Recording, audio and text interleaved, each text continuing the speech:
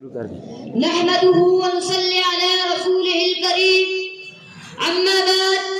أعوذ بالله من الشيطان الرجيم بسم الله الرحمن الرحيم إنما أموالكم وأولادكم فتنة صدق الله العظيم یہ کامیابیاں عزتیں اور جناب تم سے ہے یہ کامیابیاں عزتیں اور جناب تم سے ہے میرا سارا مقام تم سے ہے کہاں بساتے جہاں اور کہاں میں کم سن ناداں میری جیت کا سب اہتمام تم سے ہے صدر علی وقار ارباب ابن دانش اور حاضرین فیض انتصاب السلام علیکم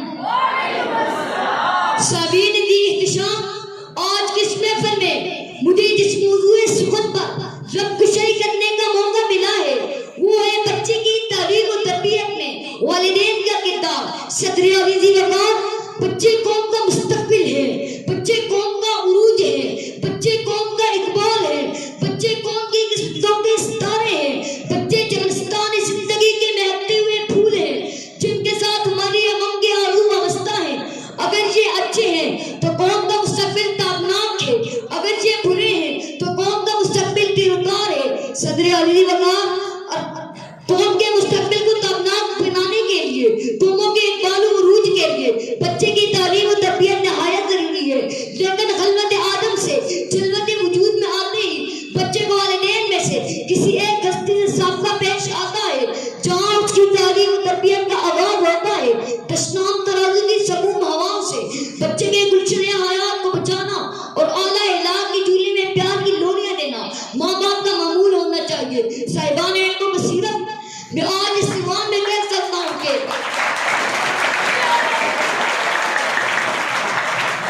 صاحبان علم و بصیرت میں آج اس دیوان میں کہہ سکتا ہوں کہ والدین جب مربی اور مدرس کا کردار ادا کرتے ہیں تو ان کے بچے جھوٹ نفرت دغابازی دھوکہ فحاشی جیسے عظیم گناہوں سے بچتے ہوئے پاکیزہ دل صاف و معصوم کردار کے حامل ہوتے ہیں شاعر نے اس موقع پر کیا خوب کہا عقابی روح جب بیدار ہوتی ہے جوانوں میں عقابی روح جب بیدار ہوتی ہے جوانوں میں نظر آتی ہے ان کو اپنی منزل آسمانوں میں صدر علی وقار اگر آج بچوں کی تعلیم و تربیت میں والدین کردار ادا کریں تو بچے زمانے کی مثال بن جاتی ہے محمد بن قاسم طارق بن زیاد ٹیپو سلطان صلاح الدین ایوبی جیسے عظیم لوگ تاریخ اسلام کو اپنے نقش دھوام سے رنگین کر کے ملت بیضا کو اپنی پیغام دیتے ہیں صدر علی وقار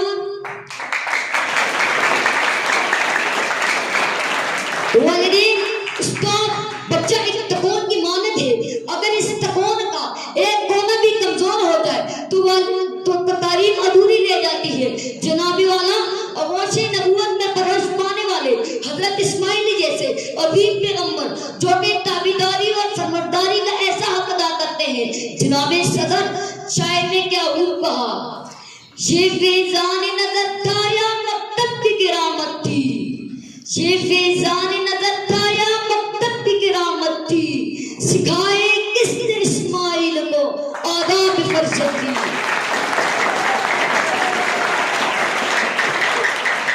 صدر علی وقار